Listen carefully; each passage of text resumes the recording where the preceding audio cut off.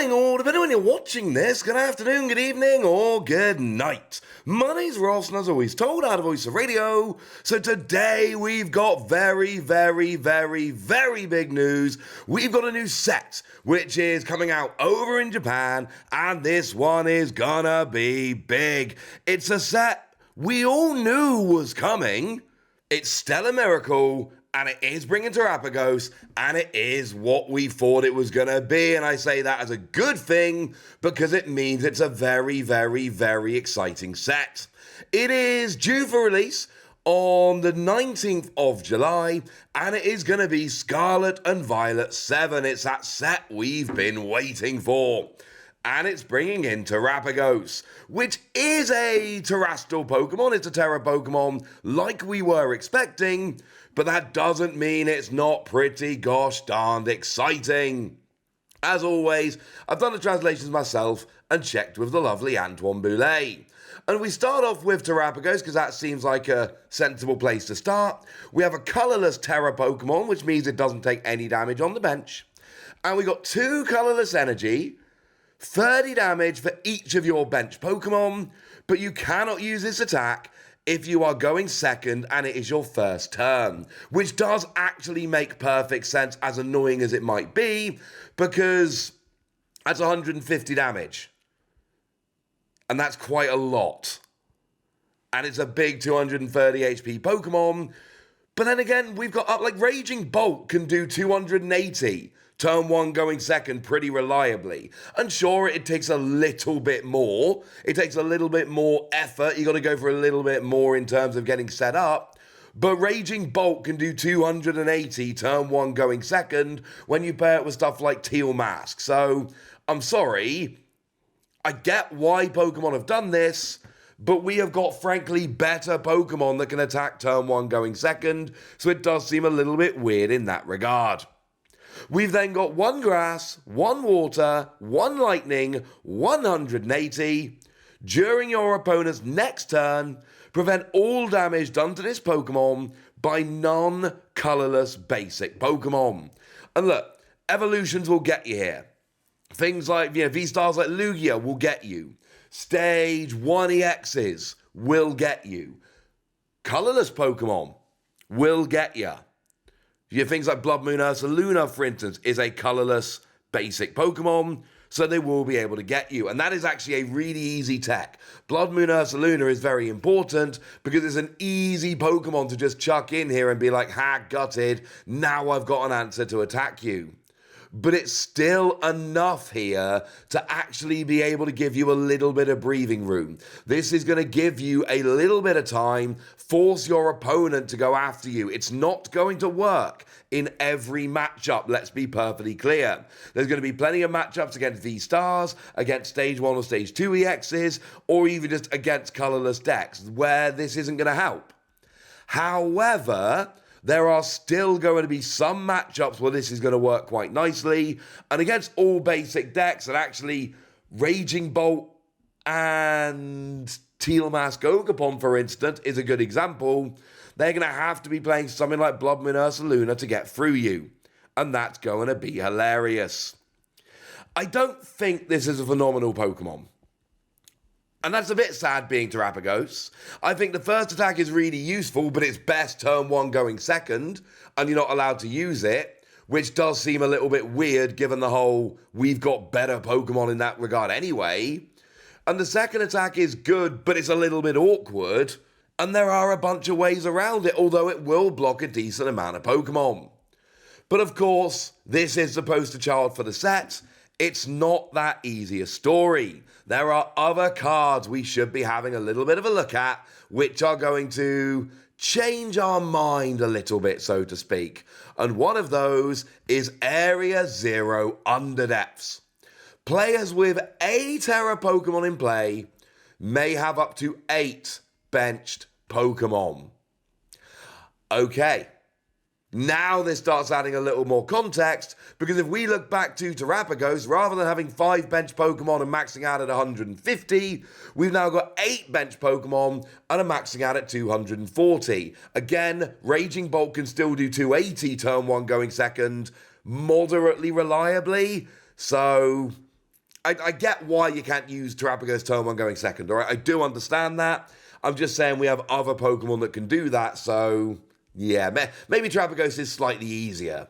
Either way, this stadium becomes absolutely essential, and your opponent is basically going to be trying to stop you here. Their goal is going to be to try and make sure that you can't have all of those bench Pokemon, and they're going to be trying to slow you down. Okay, fine. That doesn't mean this isn't an extremely cool card, and it doesn't mean it's not one that is going to be a lot better. This stadium makes this Pokemon an awful lot better. It is a good stadium, and it is a good Pokemon, but when you add them both together, things get a lot more interesting. Of course, there are a bunch of Pokemon that get a lot more interesting here. Things like Palkia V-Star, for instance, gets a lot more interesting because that's a Pokemon that does damage depending on yours and your opponent's bench. Although you will have to make sure you got a Terrestrial Pokemon down there to really activate it. Things like Raikou and the other legendary beasts get a lot more interesting because they do damage based on the amount of bench Pokemon. You've got to have a Terra Pokemon down. We've got some basic Terra Pokemon, it's going to be fine, like Terapagos, for instance. But if you do have that, that is going to be very, very interesting. This stadium is going to unlock a bunch of decks, and Terapagos is one of them. Oh, and I suppose we should mention Fan Rotom while we're here. Fan Rotom is legitimately nuts. The ability says once during your first turn, so it can only be used on your first turn, you may search your deck for up to 3 colorless Pokemon with 100 HP or less and put them into your hand. Yeah, that's really good. And remember, the whole point of Terapagos here is that you are trying to get a whole bunch of Pokemon out with your stadium to smash for more damage. So having a bunch of Pokemon being, you go get your Rotom, which, for what it's worth, has got 70 HP, so is searchable with Buddy Buddy Poffin. And this is a once during your first turn, so you can absolutely use this with Buddy Buddy Poffin. And I haven't mentioned Double Turbo yet, maybe I should. Sure, it reduces your damage by 20, which is a little bit of a pain, but you're still doing 240, so you minus 20 for the Double Turbo, it's still 220, it's still absolutely nuts, it's still ridiculous. So you know what? I have no real issue with this whatsoever. That is still a rather phenomenal amount of damage. I am a fan of this. This is kind of ridiculous. It is the support which is making this so much better. The Pokemon is good, but when you then build in the stadium and Fan Rotom, things get a whole bunch better.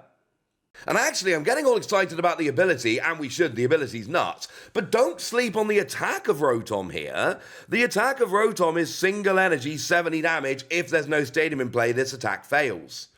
Well, this can be used turn 1 going second, and 70 is a key number to go and get a KO on weaker support Pokemon, evolving Pokemon, etc. You can legit get key KOs early in the game for a single colorless energy. Don't sleep on this. This is a legitimately good attack you will be using. Oh, we've got a new A-Spec as well. Glistening Crystal. It is an A-Spec Pokemon tool. Attacks of this terrestrial Pokemon this card is attached to cost 1 energy less of any type. Yeah, that seems like it's quite a bit better now, doesn't it? I think it does. All of a sudden, you attach this tool and it's 1 colorless energy on Terapagos, which is clearly ridiculous. Or it's 1 grass, 1 water, 1 lightning, but one of them gets taken away, as an example. This is a ridiculous suite of cards. Terapagos, when you first see it, looks all right, but when you build in Area 0 Underdepths and Fan Rotom and Glistening Crystal, it becomes so much better.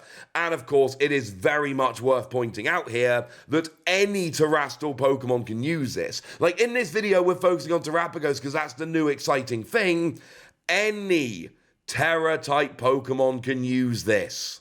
Now, things like Teal Mask Ogapon, that's a weird one to me because you do damage based on how many energy you've got. But the thing is, it takes 3 energy to use it initially, and you can attach an energy using your ability. So what you can actually do now with this tool is you can attach for turn, attach using ability, and it's a weaker attack, but you can at least start attacking with it then. And that actually makes things very, very interesting. Every terrestrial Pokemon just got better with this tool in this stadium.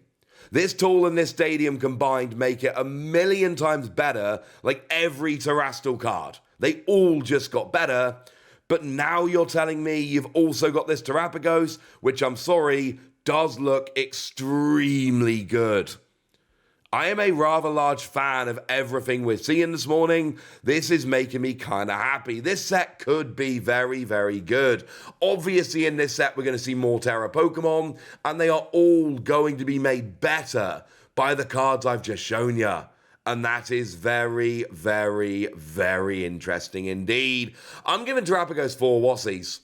I think on its own, it's largely underwhelming, as I told you, but I think when you build in the other cards I've shown you, it gets so much more interesting. Oh, and I should confirm, the A-Spec is a full-on 5 Wassie card, because, you know, what, 1 energy less? Dragapult becomes a single energy attacker. Charizard becomes a single energy attacker. And I know that Charizard accelerates its own energy, so you might not need it. It's just an example. But certainly when you look at things like Dragapult becoming a single energy attacker, things get very, very interesting. We've only scratched the surface of this A-Spec. I assure you, there are some very interesting things that can be done. But now I want to hear from you guys. Tell me what you think about these new cards. Tell me what you think about this new set. Tell me how excited you are for the 19th of July when this all drops. Go nuts in the comment section, but be nice! And then make sure you like this video, subscribe to this channel, follow me on Twitter at @TheWasi. That's where we talk about Pokemon and a whole bunch of other card games. And please do consider checking out patreon.com/PTCGradio, where you can support the channel, get some bonus podcasts, and all kinds of fun things.